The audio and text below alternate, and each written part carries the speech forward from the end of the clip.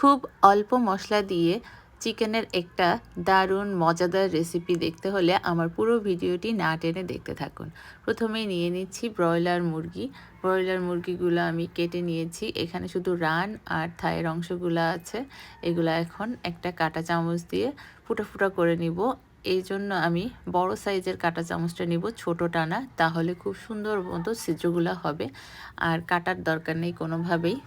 এবার এই পুরো চিকেনগুলাতে ছিদ্র করে নিচ্ছি।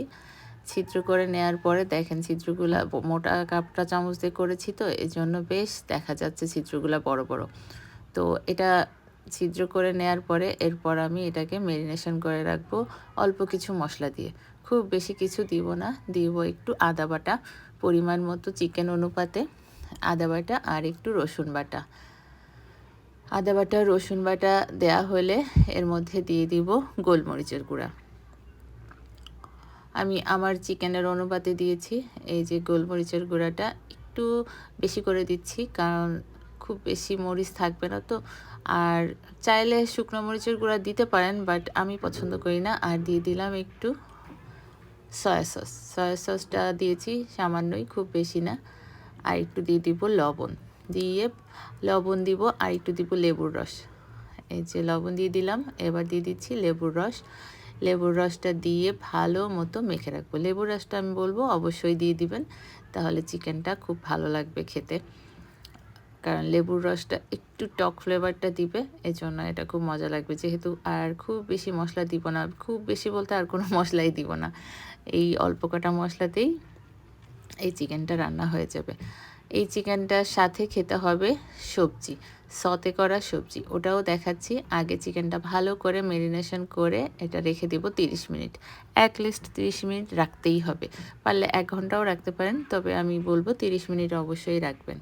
আর এই যে এখানে গাজর, ক্যাপসিকাম আর ব্রোকলি কেটে নিয়েছি লম্বা লম্বা করে। এখানে চাইলে আপনারা ফুলকপিও দিতে পারেন, তো আমার কাছে ফুলকপি তখন ছিল না, তাই এগুলাই নিয়েছি।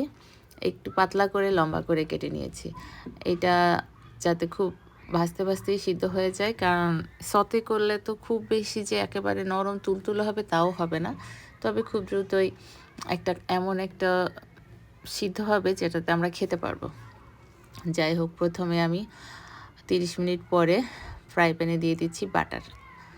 বাটারটা আমি একটু বেশি করে দিব, কারণ খুব অল্প পরিমাণে দিব না, একটু বেশি করে দিয়ে এর মধ্যে ওই ম্যারিনেশন করা চিকেনগুলা দিয়ে দিব। এখানে কিন্তু এক্সট্রা আর কোনো মশলা দেওয়ার দরকার নেই।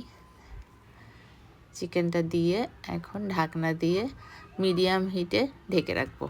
জোরে জাল দেওয়া যাবে না, মিডিয়াম আঁচেই চিকেনটা বাটারে আস্তে আস্তে ভাজা ভাজা হবে। এটা করতে আপনাকে 15-20 মিনিট সময় দিতেই হবে, কারণ এটা যেহেতু মিডিয়াম আঁচে হবে আর চিকেনটাও সুন্দর ভাজা ভাজা হতে হবে সিদ্ধ হয়ে, তো সেজন্য একটু সময় লাগবে। খুব বেশি সময়ও না, কিন্তু এটা রান্না করতে গেলে আরও সময় লাগে।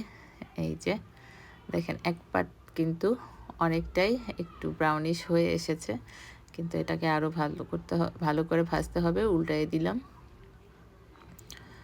চিকেন আসলে অনেকভাবে খাওয়া যায়, আর যারা এক্সারসাইজ করেন বা ডায়েট করেন, যারা ওজন কমাতে চান বিশেষ করে, কিংবা ডায়াবেটিস আছে, তারা এইভাবে খাবারটা খেতে পারেন। খাবারগুলা একটু সহজলভ্যভাবে বা একটু কম মশলা দিয়ে, মশলা তো কম খাওয়াই উচিত, গ্যাসের সমস্যা যাদের তারা তো এভাবে খাওয়া অবশ্যই দরকার।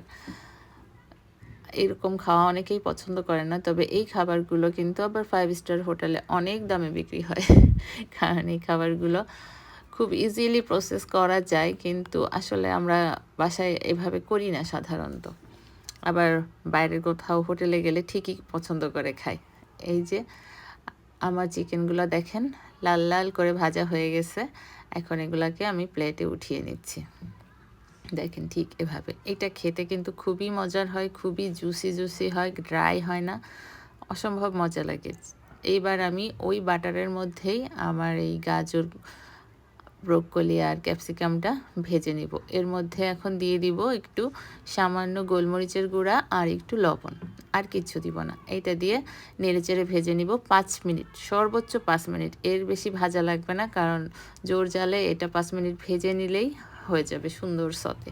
দেখবেন সুন্দর একটা কালার হয়ে আসছে, গোলমরিচ আর লবণ, আর কিছুই দেওয়া লাগবে না। খুব দ্রুতই এটা হয়ে যায়। আর সতেটা জানি না সবাই পছন্দ করেন কি না। আমি কিন্তু পার্সোনালি খুবই পছন্দ করি। এটা আমি খুবই পছন্দ করে খাই। আমার বাসার সবাই খায়, আমার বাচ্চাও খায়। সবজি খেতে চায় না, কিন্তু বাটারে এরকম করে একটু গোলমরিচ আর লবণ দিয়ে ভেজে দিলে তখন কিন্তু বেশ খায়। এই দেখেন হয়ে গেছে। এখন এটাকে আমি নামিয়ে নিব। তারপরে চিকেনটার সাথে একসাথে খেয়ে নিব।